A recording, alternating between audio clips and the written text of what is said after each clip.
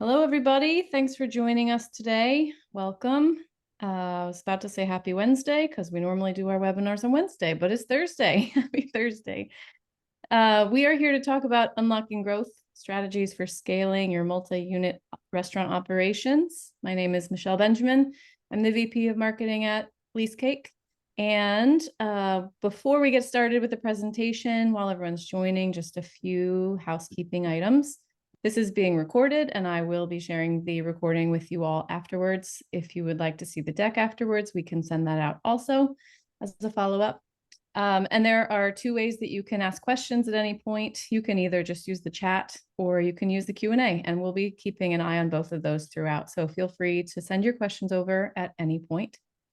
And I think that's it. It's pretty basic housekeeping. And with that, I will pass it over to Taj and Dom, and we can get started.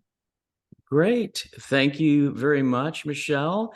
Hi, everybody. I'm Taj. I'm the founder of Leasecake, and welcome to our Leasecake Live series. We are lease and location management made easy for multi-unit restaurant operators, and we know that your time is precious. And that's one of the reasons we try to do this in a condensed conversational format for about 30 minutes, maybe 15 minutes Q&A. Definitely, as Michelle said, put your questions in through chat. But because we know your time is precious, what we do is we help you focus on what matters most when it matters. It's all about flexible, easy to use, and beautifully designed software. So we know it's really hard to make things really easy. And joining me today is our guest, Dom DeVuyst. He comes from Hawkers, and he's the Senior Director of Project Development. I think he probably makes his job look easy, and it's all about his story. So it's my pleasure to welcome you, Dom, to our Leasecake Live. So why don't you give everyone a little background of who you are and your title and what your responsibilities are? Yeah. Thank you very much, Taj. My name is obviously Dominic DeVuyst, Senior Director of Project Development with Hawkers.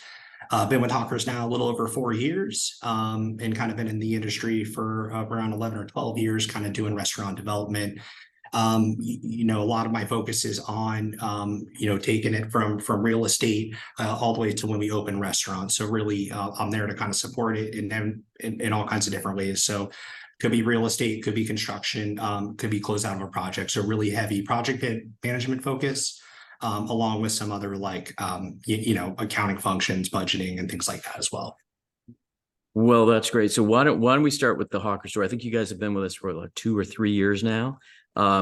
Give us the background. So started by 4 friends that all grew up together in Central Florida.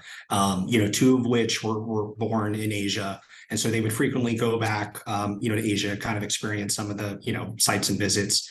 But over in Asia, they have what they call hawker stalls, and it's kind of like a market, full of like food vendors and different wares. And so you pretty much go there and you can hit these different stalls, and they might have 1 or 2 items in each of those stalls, and you bring it back and you kind of share with friends. And so it could be skewers, it could be noodles, it could be soups, dumplings, all kinds of different things. And so it's kind of like a whole bunch of different things. So they're like, man, there is nothing like this in the US. Like, how cool would that be? So, came back to Orlando, opened up their first location in 2011, and almost more of a hobby and just kind of getting something cool, and it just has been busy since. So they joke about how they were the ones cooking and doing all the food, and eventually were able to kind of work their way out of the kitchen and start growing the brand. So now we're up to 15 locations, and slowly growing out of the Southeast. So you've got a great backdrop. I don't know where you are. I mean, where we are right now, we're in the kitchen. All good things happen in the kitchen. Tell us about, the specialty of the brand and the space that you guys created. Yeah. So obviously, vibe gets thrown around a lot, but vibe is one of the biggest things we really strive for. So the idea is that when you walk in, you feel like you're on the streets of Asia. So, we have custom neons, you got polished concrete, so it kind of feels like a road or a street. Then you have these vibrant colors and different lights that really kind of set the mood. We put a big focus on the woks and being able to see the woks and kind of see all the food being cooked. So you got the fire, and it's a little loud. There's music going. There's a lot of clatter. That's really the experience you should feel, and that's really what we strive for in each of our restaurants. So you've got an ethos. You got to expand on how this infuses not just from your brand and your concept, but to your people too. Yeah, for sure. So, I mean, this is our mantra, the be disruptive, always care, never compromise. Really try to strive to have like that food vibe and experience driven, like every time for a customer coming in. It's a shareable experience and it's really supposed to kind of push your boundaries a little bit. So I think our food is a little bit more maybe out of bounds than some typical, but it is very approachable. So a lot of times you kind of are like, oh, I would never try this. And all of our dishes are incredible, comes right off the wok. So, I mean, it's such a very food driven concept that it's a great experience all around. And I think there's so much to be said about having a shared dining, right? Everybody can try a little bit of this, a little bit of that. I mean, our Hawkers is just up the street, and we've had our a few company events there, and it's just nice. I mean, there's great energy, right? Some of the best conversations happen around a kitchen table. Yeah. Yeah, for sure. I mean, that's what it's about. How many times you go to a restaurant, you order a dish, like, wow, that's incredible. Next time you come back, you should try this or you should come here.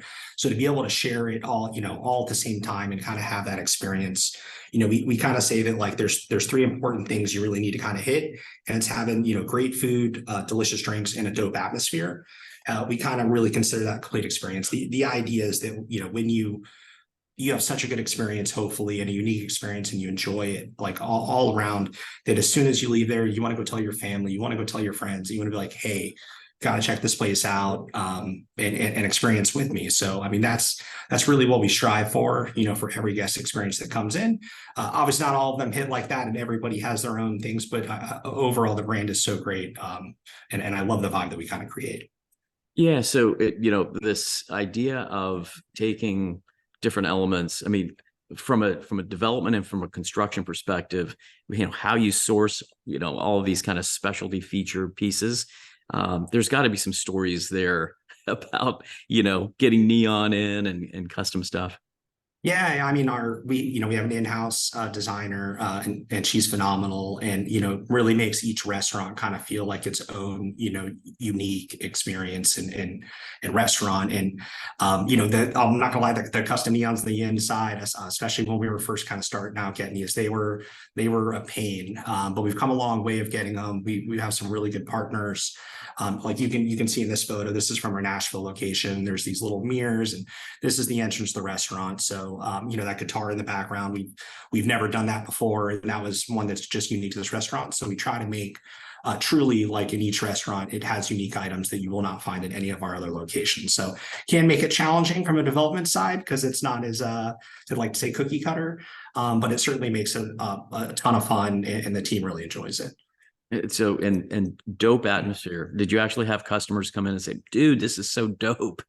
Yeah, you should see some of the customer reviews. Some of them are really out of bounds and really good. So, I mean, I think the brand, a lot of times our customers end up being the brand ambassadors. They're the ones that end up telling people how cool it is. And, our marketing team does a great job, but a lot of the times, to me, the experience a lot of times sells itself. So.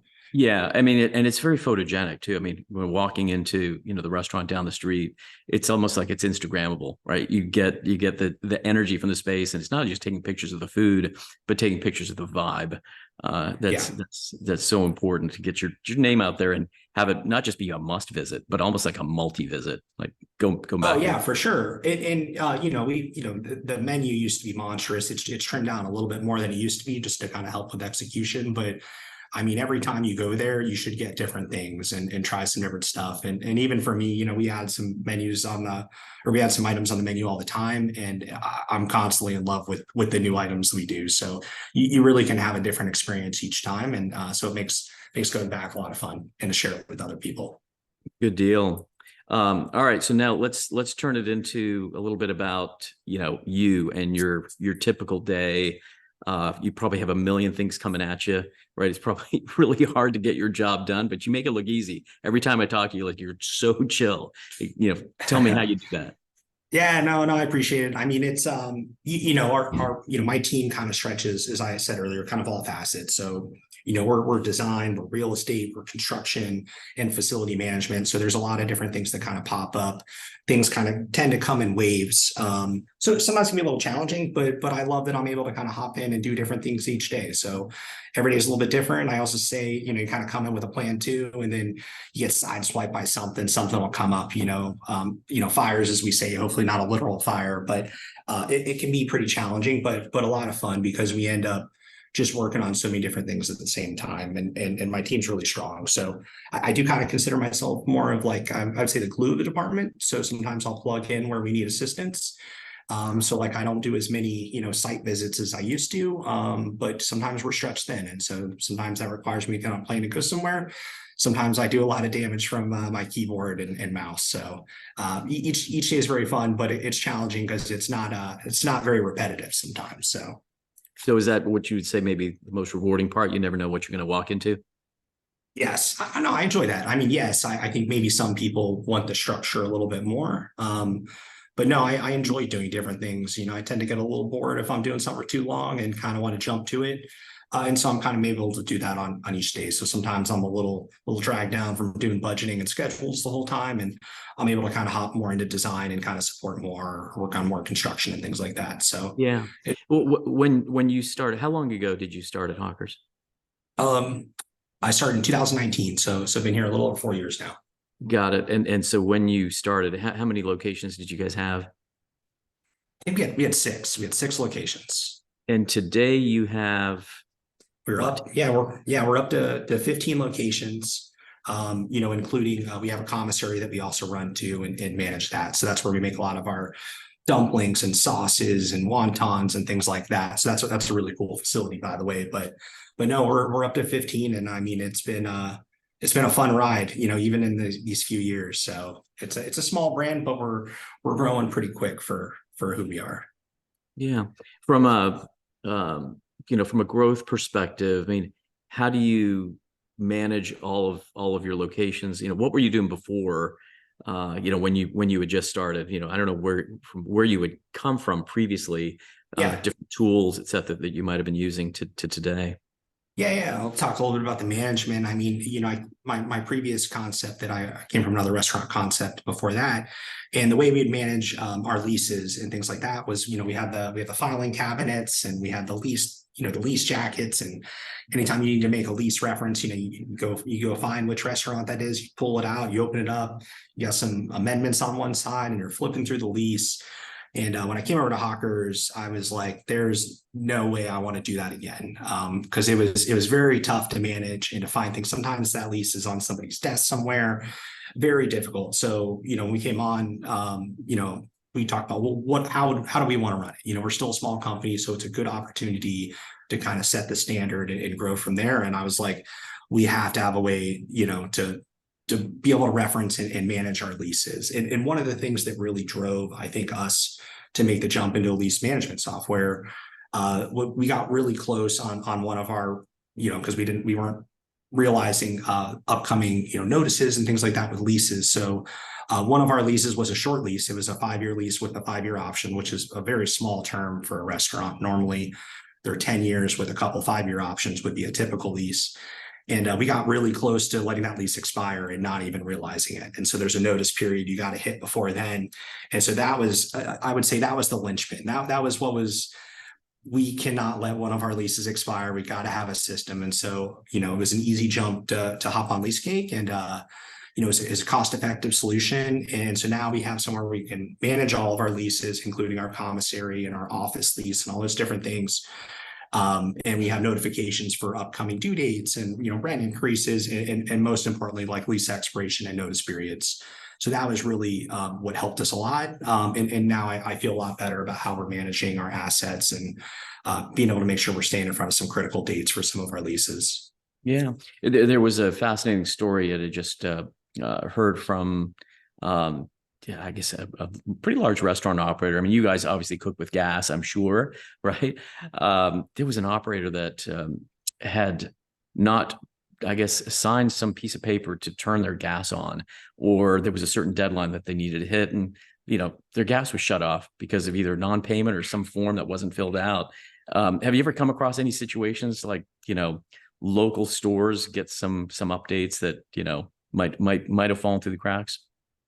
Yeah, I mean, it happens for sure. I mean, and utilities is always a big fear of those. I mean, that's actually one of the first things that happens. We're like, hey, we don't have gas. We're like, did we pay the bill? So it's important always to do that. I don't think we've really had any like major emergencies quite to that standard. Sure. I think our accounting team does a pretty good job of staying in front of it, but it certainly is a whirlwind every time. I mean, restaurants constantly have problems. Very frequently are they at good times. There's never a good time. They're always operating. So not uncommon to have some issues kind of late nights or on weekends and things like that. Yeah, it's there's an analogy that I guess in the industry they share. A restaurant's a factory. There's a factory a few steps away from, the showroom, right? There's the front of house and the back of house. You're making stuff, you're taking orders, and you're fulfilling them. And I just thought it was just a perfect analogy because, there's so many different things that can move as it relates to running a factory just a few steps away from taking the order. So you're just right in the middle of everything. All right. So when you talk about real estate and growth and building more of your, Asian street fair factories, talk about your strategy. Like, how do you look for new locations? What's the secret sauce that you do, Dom, or who else within your group is responsible in tag teaming? Yeah, so I think real estate strategy tends to evolve and pivot depending upon how things are going. COVID obviously was quite the wrinkle for everybody. But in general, our strategy was kind of to grow out of the Southeast, make sure we're not stretching too far, so that we can help control it with management and operations. That's very important. As I mentioned, we have a commissary. So out of the commissary, we ship sauces and wontons and dumplings. So we try to make sure that we're not getting too far out there from a logistics standpoint. But really, we try to focus on some of the bigger markets in the Southeast. So we have locations, Nashville, Charlotte, Atlanta, DC market, opened up in Dallas now too. And so really we're going to start making more of a focus. And now that we've hit some of those major markets, try to infill a little bit and start layering in. There's also a lot of, we call them mid-tier markets. There's markets that are kind of in between other markets. So, between Atlanta and Nashville, there's quite a bit that's there too, maybe not as big as far as cities. But there's still a lot of people and there's still a lot of low-hanging fruit out there. On the horizon, next year we're planning on doing a couple major remodels of our existing, because now we're a brand that's started in 2011, so we have some restaurants that are over 10 years old. So really kicking off, we're going to be remodeling one of the original Hawkers locations, so that'll be exciting because that's in our backyard. But we have a couple remodels and then a couple new builds that are coming up next year. And then the year after that, we're gunning for about 3 or 4, and then hopefully ramping up even more out of that. So really excited about some of the growth. As far as doing like site selection and things like that, we do have a real estate committee. It has our founders and it has some of our, people that are in our C-suite. And so we really try to focus on everything. So we have some data software and things like that helps us with, populations and densities and things like that. But we still also make it a point that, as we talk about vibe and experience so much, the vibe of the neighborhood and where we're going in matters a lot. So we certainly still do the boots on the ground and make sure we're getting people on a plane and going to see, what's it like on a Tuesday afternoon, what's it like on a Friday night. So it's kind of important to see it all and kind of get the whole picture. Sometimes that can be pretty challenging just if you're doing it from some kind of analytics software and just looking at data. So I do kind of look at it as kind of like a two-headed monster. You got to have both. So you got to make sure what you're seeing on paper checks out with what you're seeing on ground and vice versa. Sometimes people go see something on a Friday night and like, this place is packed, I love it. And then you're like, well, what's it like during the week? Because what about lunch? So it's important to kind of see the different day parts and kind of see, what kind of customer is going there and will that be a Hawkers customer and what's the vibe kind of the neighborhood and how everything's going. Yeah. So there's some good questions actually that are coming in. One of them is, are you looking to, I think you may have touched on this, but I want to dig deeper, second generation spaces, or is it all de novo? Talk to me about like your footprint, your retail footprint. It's incredibly competitive out there. Oh yeah, for sure. I mean, the short answer to that is yes, love second gen spaces. Our design team I like using the Nashville one as an example. Our Nashville location, which is one of our busiest locations, Yeah. is a second gen restaurant. Was not a great restaurant in there, but it has a big fire riser in the corner. And a lot of times when you have brands, you're like, oh my God, this is hideous. We need to build a wall around this, or that thing is right in the corner of the restaurant and we love it. So a lot of times we're painting conduit, like the more iron and steel and more character that a space has, the more we love it. And to be honest, that can be very hard from a new build, a first generation space. Like, you got a vanilla box in there, and to be honest, it doesn't have a lot of character. So sometimes having a little bit of that grit and a little bit of the things that you would want on that is, I think, what actually makes some of our restaurants very successful. So really has a lot of character to it. Good deal. And what's the size that you look for, your typical footprint? Yeah, I think 4,500 is kind of the sweet spot, 4,500 square feet. We have spaces that are smaller, more in like the 3,800 square feet. We have spaces that are bigger, over 5,000 square feet, but I would say typically maybe in that 4,200 to 4,800 would be our perfect, fit. But I think we've been able to kind of pivot and go to different sizes. So you run into challenges. Kitchens always need more room and more storage. So it's always a bit of a balance to try to keep, the kitchen from getting too big and eating into the dining room, or having too big of a dining room, where it kind of feels like an empty space. Yeah. No, and I love the questions that are coming across. In terms of that footprint, so 4,500 square feet, it's definitely very hot, super high demand, very low vacancy. As it relates to, off-prem, are you trying to get, end caps for any kind of like easy pickup, curbside dining, or is it you'll take what you can get? I'd say a little bit of both. So, perfect Okay. world, we lead with, let's get takeout spots. Maybe let's have a valet. Parking can be challenging, can deter people. I would say traditionally, like pre-COVID, we were very much, what I'd say an experiential restaurant. So most of our guests were going in, and honestly, that's what we want. We want you to go in, get the vibe of the restaurant, see the neons, hear the loud music, share with people. The takeout experience just, I think in general, is flat all around. So our food is phenomenal as takeout. But I think certainly we would prefer for people to come in, get a cocktail, eat the food, share with people. Yeah. But I mean, without a doubt, especially post-COVID, takeout and third party is not going away. It is very important, and it's something you need to acknowledge. So we certainly try to make it as easy as possible for our guests, but it's not necessarily, number one for us.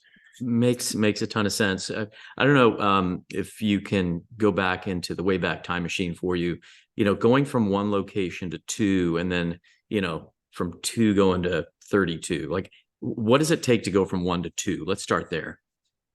Yeah, well, I mean, we started with 6 while we were here, so 1 to 2 can be a pretty big jump. But talking to the founders, which are very much in our day to day, I mean, it was a lot. I think they've never really expected to grow a whole restaurant brand. I think they imagined opening a restaurant, having fun with it, and I think they just saw how much opportunity it was. So they talked about, stretching their limits on credit and having to go in there and do tile themselves. And, they were building these things for the first couple, which is kind of terrifying. But they did a really good job. So I think really getting it off, I think that 1 to 3 is extremely difficult, because I think you're very involved. You're the one doing all the things, and I think as you start getting a little bigger, and I think that's where Hawkers has done a good job. I think they've led with infrastructure, so talking about commissary, most brands don't get to think about commissary or how to control recipes or those things until much later. Having a team of people to help develop and, market and execute and, culinary, like, Hawker's brand has been very forward on thinking about some of those things and having them in place. A lot of times brands kind of grow and they're like, oh man, we need to add all these different people. Hawker started adding the people so that we can grow how we want to grow and be able to kind of control like that. So yeah, that makes sense. And you guys are obviously a pure corporate model, right? Just growing, organically with your own brand, your own concept. But it's not unlike, in the franchise business. I think when you go from 1 to 2, you've got to really do a lot yourself, right? You cannot take your hands off the wheel and say, oh, I think we got it figured out, right? So just when you said, your founders were doing the tile themselves, doing as much as possible, I think that's absolutely essential. So that was a great question. So the advice to go from 1 to 2 locations is probably keep rolling up your sleeves. Yeah. Why? And I always appreciate brands that are able to, as I think not to minimize having one successful restaurant, because that is Sure. very challenging on its own, but being able to have 2, 3, 4 and be able to replicate that, make it consistent is extremely difficult. Yeah, right. Somebody's trying to put you on the spot out there with this question, like who's your favorite founder, but you don't have to answer that. No, I don't have a favorite. It's like a favorite child, right? Maybe behind closed doors, maybe over a beer sometime. There you go. So what's this picture of? Which location? By the way, I didn't ask you that. Yeah, this is our St. Pete location. So this was our third location. And it's a gorgeous location, and I would say too, there's quite the evolution. If you look at, restaurant 1, 2, and 3, and then, you look at restaurant 13, 14, 15, quite the evolution of the restaurant and things but I think the vibe is still very consistent. You'll see some features, like we have what we call the kanji, it's like Asian characters, and it pretty much just says like, open food. But you'll see that in almost all of our restaurants. So there are some things that kind of carry over from restaurant to restaurant, but they're all unique in their own one. So yeah, it's the St. Pete one. Yeah, no, and I love the fact, like you were saying, just exposed, exposed metal, and you get the windows, very inviting. That's very, very, very cool. Very welcoming for sure. Yeah, for sure. All right. So let's dig into on the technology front here. Yes, you go ahead. I don't know if it'll leave with a question. I'm sorry. No, go ahead. Obviously from a technology perspective, I don't know how big is your team? Let's start there. From a development perspective. Yeah, so we have a team of, what are we? We're 5 or 6 people, in our development team. And I say we each kind of have our own role. I kind of tend to bleed into a lot of the other ones to kind of support the team. So I would say, like, when you have a smaller team, you really got to lean in technology. To me, that's, if you don't have the people, then you need the technology to kind of help out. And so that's kind of where, like, LeaseCake really has helped me a lot. Not only on the lease management side, but also we're adding, there's a contracts feature that you guys have. And so that allows us to actually manage all of our contracts, agreements, permits, and licenses. So it really kind of allows like a one-stop shop, which can be useful for multiple people on our team. Going back to like lease referencing and things like that. So our facility coordinator constantly has like landlord responsibilities. So, okay, you got a roof leak or something. And whose responsibility is that? A lot of times that is the landlord, but if it's a building that you own or depending upon how the lease is, that responsibility might be on you. So we lean pretty heavily into technology to be able to make referencing and being able to check on things and, rent escalations and things like that. So we lean pretty heavily on it just because we're kind of a lean team. Sure. As it relates to, making technology selections, what's your recipe for success in not only, making the decision to move ahead, but also then adoption across, your teams that need to leverage it? Let's talk about each one, if you could. Yeah. Like, I'm sorry, like which parts do you mean? The selection process. Like what do you recommend, to our listeners, like things that, how do they organize making decisions, right? Build versus buy, those kinds of things. Yeah, I mean, I think it depends on what you need and kind of what your team structure looks like. We don't have an in-house legal or things like that. So I think technology can fill a lot of the voids sometimes that you might be lacking. And so I think that's really the important thing to think about, when you're taking on a piece of technology or looking at software or something like that, is that, how is this going to help us? Who's going to manage it? Because usually there is a little bit of a management, whether that's onboarding or accessing or whatever it is. And I think it's just really important to see what that can do. And then, if you want to be optimistic about it, then you're like, all right, I'm not saying technology can eliminate people, but it might make it more efficient and allow some of those people to focus on some other parts of the business. that maybe they haven't had the time to, because they've been held back or spending a lot of their time doing something else. Like I think a quick little bit that kind of helped, we were taking on some financial things. And so we had to pull all of our rent schedules and all these different things, which would be pretty tedious and a very tough ask. But LeaseCake actually had a feature for being able to pull all the rent schedules and all those different things. So I pulled down a whole report, sent it to our accounting team, and I was done with it. And I was like, oh, wow, that would have taken me a while to go through each individual lease, check the additional rent, check the options, check all those things. So that was a case where technologies, I mean, it probably saved me about a day of work there. So I think it's just really important on where your needs are as a business, because I think obviously every business is unique and different. So not everybody's going to be the same. Yeah. Then in terms of adoption, obviously, you're a power user, you're in it, pretty frequently. How do you, evangelize, our technology, or really any technology, to make certain that it's being fully leveraged by your team? Yeah, I'm to me, it's just guiding them to it and showing how useful it is. I think, using LeaseCake as the example. I mean, it's very simple and straightforward. It's not, challenging or intimidating. Sometimes reporting can be a very tough function. Sometimes things are not intuitive. So I think making sure it's approachable is important. And I do try to make an effort to kind of walk my team through it, make sure they know what they're doing, and also show the usefulness. So some people tend to be a little more old school and want to do the way that works, or they're used to it working. So it's kind of showing them like, hey, there's another way, and this is actually going to save you a ton of time.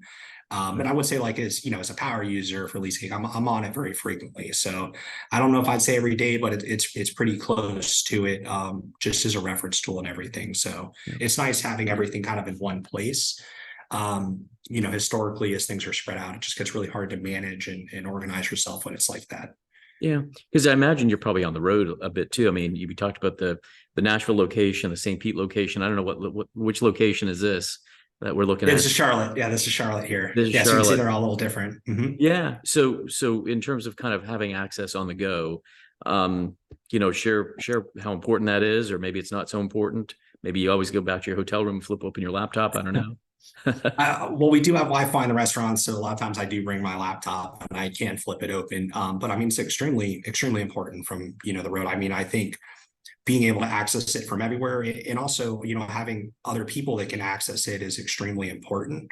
You can't just be the one user that uses it, so that would just inherently just create a lot of work for you to do anyways. So yeah, I think having access on the road is vital, especially nowadays. I mean, where you have, you're working remotely or you're doing different things. So, I think being able to do things remote and on site is obviously important, and making it easy to do that. Yeah. Well, good. Some other questions that came in, as it's related to other, I'd say, contracts. What other kinds of functionality, are you trying to anticipate leveraging? I think you touched on it a little bit, but go into the contract side a little bit if you could. Yeah. So, obviously as a restaurant, we have all kinds of agreements and contracts that float around. So that could be a big master contract, like with Coca-Cola, for instance, to cleaner contracts, to utility contracts. So negotiating rates with utility providers. So inherently, each of our restaurants has a lot of contracts, agreements in on their own, on top of us having, some master agreements spread across the fleet. But we also have permits and licenses as well. So each restaurant, maybe 5 to 7 licenses to operate a restaurant. It depends on the state and the jurisdiction. And all of these different things have different expiration dates, notice periods, different things like that. So it can be extremely difficult to track and to manage. So one of the upsides for LeaseCake is the contract function. So we're able to kind of house all that in one place, create notifications, and specify who gets those notifications as well too. So it's not just one person having to manage it or know that it's upcoming. So, contracts was a big headache for us to try to manage. And so luckily there was a good solution with LeaseCake on that, to help us. Sounds nice. So we looked at a bunch of various locations, and I'm sure that you don't have this magic we got to open in X number of days across the board, or do you? Right? What's your opening schedule typically as it relates to, you know, not just LOI to lease commencement, but let's say lease commencement to grand opening? Do you have any benchmarks that you're holding your team accountable to? Yeah. Well, it's funny you talk about that too, because we just did what we call an after action review. So we recently opened a restaurant in Addison, Texas, which is pretty much in Dallas. Yep. And we go through and talk about what, you know, where can we improve? How long did it take? You know, where did it not go so well? But we're kind of like on a 15-month cycle is kind of where we're at. So from lease execution to when we open the doors for guests, we're tracking about 15 months, which feels like a long time.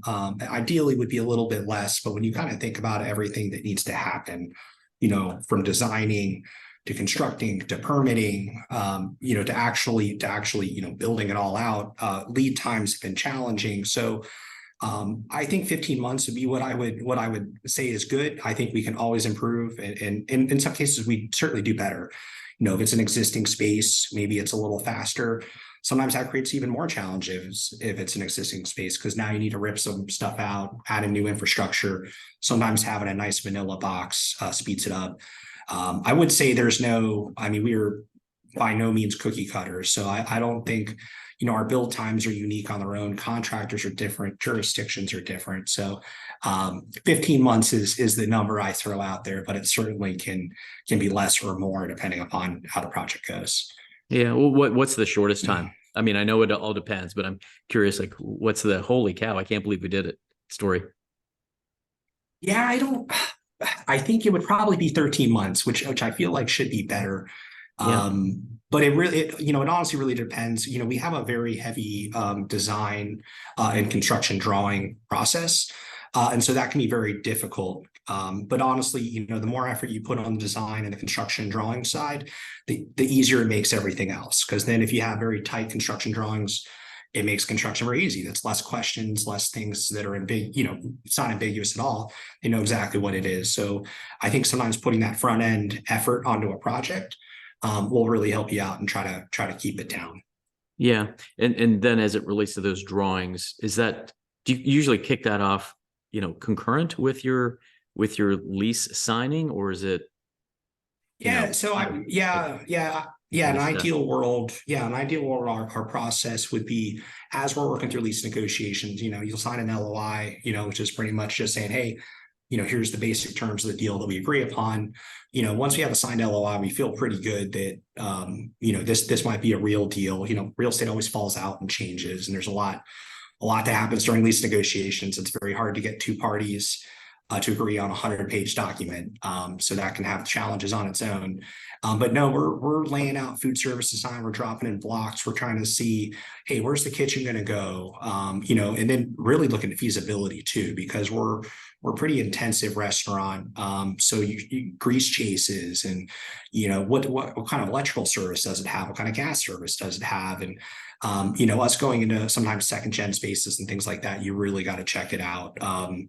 You know, the project we opened up in Addison recently, that was an old office space. So, you know, we had to upgrade the electrical service, the water service, you know, drop a new grease trap in there. Like, so depending upon what it is, it can be extremely challenging. And so kind of staying in front of some of those things is what we spend a lot of our time doing as we're going through lease negotiations. But I'd say in a perfect world, we have a pretty solid food service design as we're getting ready to sign the lease.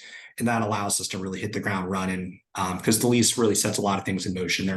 There's design timeframes you need to hit. You know, of course, the landlord wants you to open up in X amount of time, you know, so it's important to get as big of a jump as you possibly can before you actually put pen to paper, because that's when that really cranks up in pressure. Yeah. So it's like project tracking. You know, I'm sure that as you look to improve, right, 15 months to 13 months, keeping track of those at a super high level. Just I don't envy your job. No, it's a ton of fun. Come on, but no, we do have like a pretty massive tracker, and so we note the dates that we get a final food service design or when we go in for permit, and so it allows us, you know, full circle back to that after action review. It allows us to kind of look at the key dates and say, hey, you know, why did we spend 120 days here normally we should be here. And so it allows us to be kind of objective in it and to kind of deep dive and say, hey, what happened here? How can we improve? Where did we lose it here? Yeah. And yeah. Makes sense. So let's talk opportunities. And I think we touched on it. Where are you going from here? What are the things that you're looking at as you hit your 15th location and on upwards? Yeah, I mean, to me, there's still a ton of runway for hawkers. Obviously, we're just growing on the Southeast right now. I think we're in a really cool niche as far as being like an Asian restaurant. There's not a lot of big brands that are growing and evolving like that aren't like, PF Chang's or, some of those other ones. A lot of it's mom and pops and things like that. So I think we're in a really, we're not doing burgers and, all the traditional stuff. So it's a lot of fun to do it. And so I think it's a really cool experience that people haven't had. And I really do think it can fit almost anywhere in the US. So I feel like there's a lot of opportunity from the brand side. As far as growing in more spaces, we're starting to look at some non-traditional real estate as well too. Haven't really done one of those, but interested. They got airports and arenas and things like that. So it would certainly be a smaller footprint. So looking at some interesting things like that, and then also, as I said, kind of the mid-tier markets and infill. We still got a ton of room, to open other restaurants, even in existing markets. We have 2 here in Orlando. Always itching to get another one here in Orlando and try to grow some of the markets that we have. That is great. So keep your questions coming. We've got a little bit of time left here as you wrap up. It feels like, Tom, we can go on forever. I used to live in Hong Kong and Macau, spent some time in Singapore. So your brand, it totally resonates. So that whole experiential component of what you bring, and certainly everything you just touched on, I think you guys are in a very special niche, because you don't find, unless you're talking like you mentioned, the big brands that are out there, like a PF Chang's, to bring all of these different kinds of foods, Vietnam, Thai, gosh, everything, Hong Kong, etc., Singapore, Malaysia. It is quite unique. So you do have a ton of opportunity ahead of you. There was a question about Ohio. Is there plans to open there? How's that going? Yeah, at some point. So, that goes into a larger real estate strategy. When we're only doing 2 to 4 locations and things like that, you got to really pick a special spot. Yeah. Unfortunately or fortunately, we see a lot of really cool sites and things like that. And sometimes it just doesn't work. Sometimes there's a better opportunity in other places. I do think at some point we will be in Ohio. It is not. We call it kind of the upper Midwest. It is not too far from where we are in Nashville. We're extremely successful in Nashville. So on the horizon, for sure. When I don't know, but I'll let you know when that happens. You'll see an announcement somewhere. All right, cool. All right, so you are the senior director of project development. Do you have a construction project manager? Do you have any or maybe someone's looking for a new role, but curious kind of how you staff? Yeah, we have a construction project manager. He does a lot of the work. He goes on the sites. He's there sweating and doing all the hard stuff. So I very much lean on our team. So Yep. We have a designer, we have a construction project manager.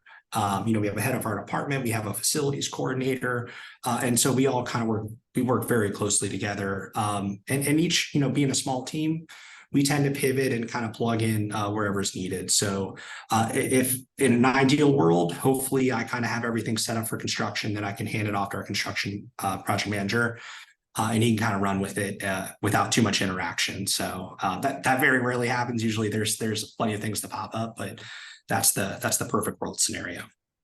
Well, cool. So, as we wrap up, defining success and advice. Yeah, success is tricky. Really, our goal is to open restaurants, and make sure they're successful.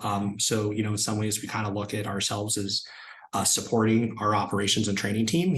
We build it, but we try to make sure it's set up, ready to go, fully licensed, punched out. It has to be within budget. Some of the problems, it's not problems, but like there's so many teams and things you need to coordinate that your projections and your timeframes for hitting an opening, but you have to hit them. So every day matters. If you have to push it a week, that's a big deal. as you get closer, it gets extremely hard. So I think being able to communicate and identify and project these correct dates of when it's going to open, when your training team should be there, when do you start hiring? It is very much, there's a lot of moving parts. And so it's important for us to be as accurate as possible and to communicate as soon as possible if anything is going to change. So I kind of look at my success as really being like how consistent, I like to look, 7 months out from when we open a restaurant. I'm like, well, when did I say this thing was going to open? How did we do on that? And more often than not, it's pretty close. But sometimes things certainly get off the rails. So to me, success is kind of, delivering a gorgeous restaurant, which we do all the time, but on time and budget is high priority for me.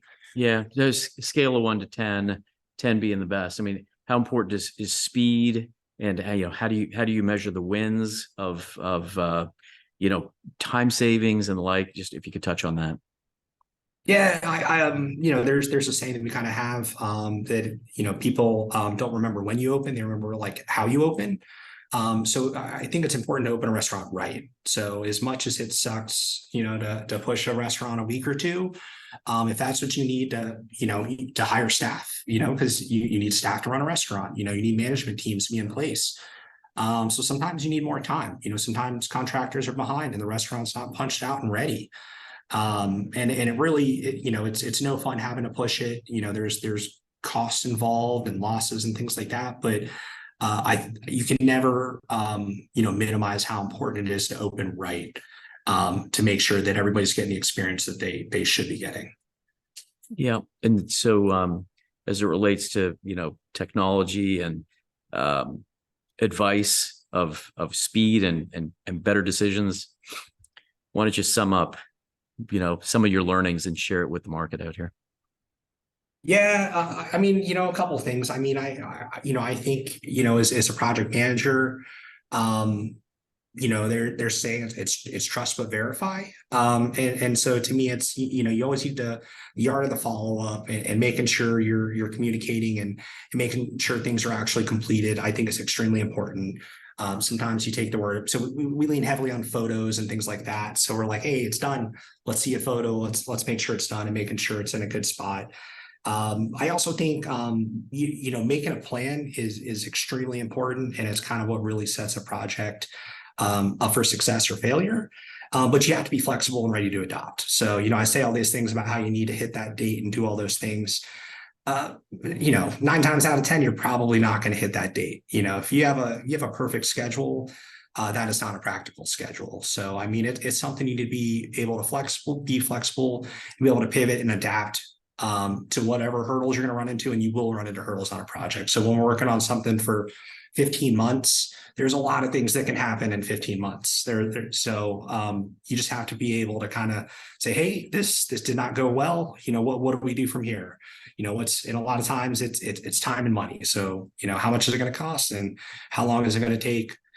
So I think just being able to be flexible. I think if you're too rigid in your process and wanting everything to be perfect and right and on time, this is not going to be a good career for you. This is going to be very challenging and not fun.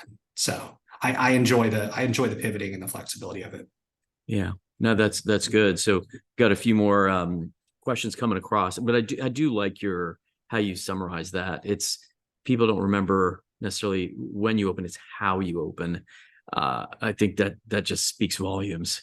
I mean, technology is great, having quick access to information that matters, but then ultimately there's always, the flexibility, adaptability you need to have when you're on the ground, ready to just kind of, lights on and the curtains go up. For sure. How big is your broker network? In terms of like site selection and, who do you lean on to find great locations? Yeah, so our structure is, we obviously, we run real estate out of here, but we use local brokers and lean on them. I alluded to it earlier, kind of about boots on ground and things like that. So we really like having a local broker approach because nobody knows the market like the person that kind of lives there and runs it every day. So, I think our network is maybe about 8 or 9 different brokers, different markets. And so we lean really heavily on them to, send us sites and to kind of vet it out before we ever even go there. As we approve a market, like when we were like, hey, we want to be in Nashville, we'll check out all the neighborhoods in Nashville, kind of see how it lays out and what we like and like what's our favorite neighborhood. And real estate can be tricky though, because you might know the right spot and exactly where you want to be, but hey, that's not available. So and usually the more popular and the better known it is, the less likely it is to be available. So real estate's always challenging because even if you know what you want, sometimes you can't get that. Right. So then, as we wrap up, as you look at these locations, do you have kind of like a standing monthly call on opportunities, or does it just kind of come up whenever you need it? Do you have like a regular check-in with your leadership, pre-scheduled, like every couple of weeks? Talk a little bit about that. Yeah, we have a standing real estate meeting every week. Some weeks it's very light, but we have what we call like a real estate activity report. Yeah. And so we have, depending upon what's going on, but anywhere from like 30 to 40 sites that we're actively trading LOIs or talking about, or some projects are years out. So we'll always just see how they're going, see how it's checking in. Timing is always very important. But no, every week we check in with our real estate team. And about bi-weekly, we kind of check in with our brokers just to see what's upcoming. Some markets are a little more active than others. Some we kind of cool down on a little bit. So it kind of depends on what's going on. Real estate kind of also has some phases. So we are kind of coming to the holidays. It can tend to slow down a little bit and then ramp back out. Everybody gets in after the new year and deals are going everywhere. So Sure. Well, this has been great, Dom. I mean, every time we get together, there's so many other things that we can continue the conversation on. I really appreciate your time. Everyone that's on the call felt like it was standing room only. Tons of questions came through the chat. Really appreciate that. And as Michelle mentioned, we will be sharing this webinar with anyone that's been listening, as well as new potential attendees. So we're here to educate. This is Leescake Live, and thank you again, Dom from Hawker's Asian Street Fair. You all have a great appreciate it, Taj. Thank you. You're welcome. Thanks, Dom. Bye-bye.